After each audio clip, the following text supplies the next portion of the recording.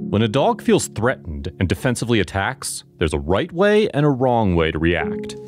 Officer Randall Frederick was bitten by a dog who believed she was protecting her small human from an intruder. And rather than hastily reacting by drawing his weapon and firing, he took the time to calm her down.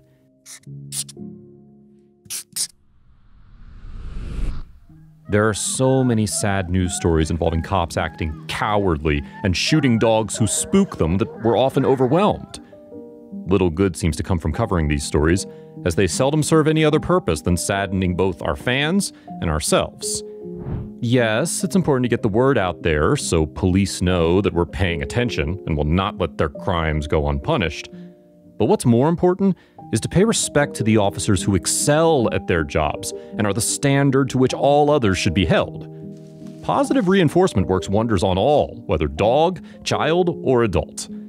So that's also why we are more than thrilled to share news of the good deeds that many officers do, in hopes that others will get the message, and that it is better for everyone if they conduct themselves admirably and be the kind of police they looked up to as children. Last month, Jeff Whiteman, his mother-in-law, and his 4-year-old son were hanging out at home when a neighborhood disturbance forced him to call the police.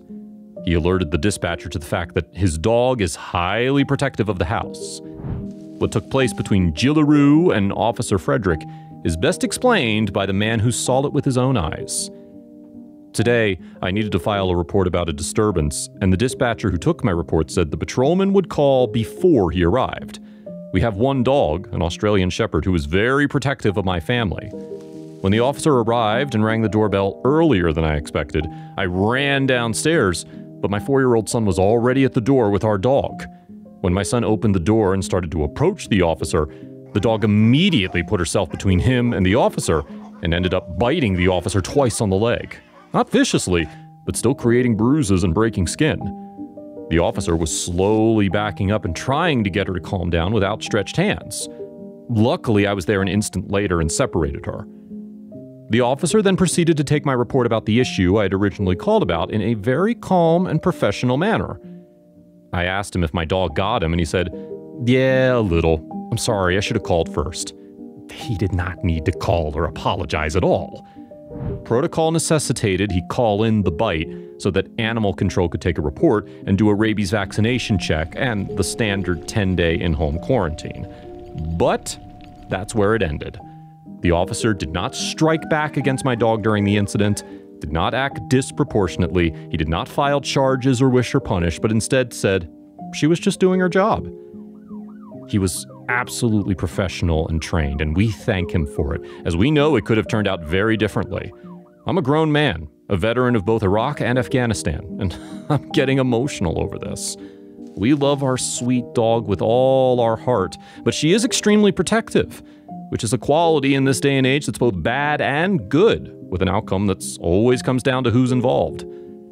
I tried to look up news stories where police officers had been bitten by dogs to glean some perspective, but all I saw were terrible stories where dogs were being tased and shot by the police, sometimes with very ambiguous circumstances.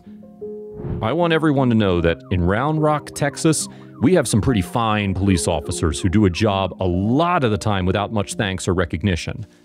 This little incident should show you what kind of caliber people we have protecting us. And maybe they should get a little credit from time to time for doing things right that nationally seem to be very difficult.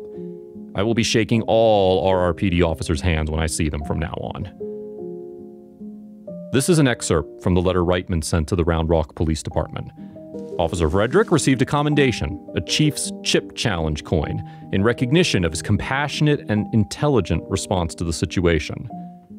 The department has a program called BARK, Be Aware of Residential Canines, that trains officers on how to understand dog behavior and body language, and how to respond to an aggressive dog. Pet owners are encouraged to do their part by registering their dogs with the department, so dispatchers can alert officers about what kinds of animals will be present before they arrive. We talk about different ways to approach animals, to try to keep them from being aggressive toward officers, explained Commander Jim Stewart. And if they do get aggressive, we talk about how to de-escalate that. Nearly 1,000 households have registered their dogs, and other jurisdictions have become interested in the program, which also includes stickers for officers to give to people to put on their doors so officers will be aware that they may potentially encounter aggressive dogs. Commander Stewart says Officer Frederick's behavior is a good example for other police.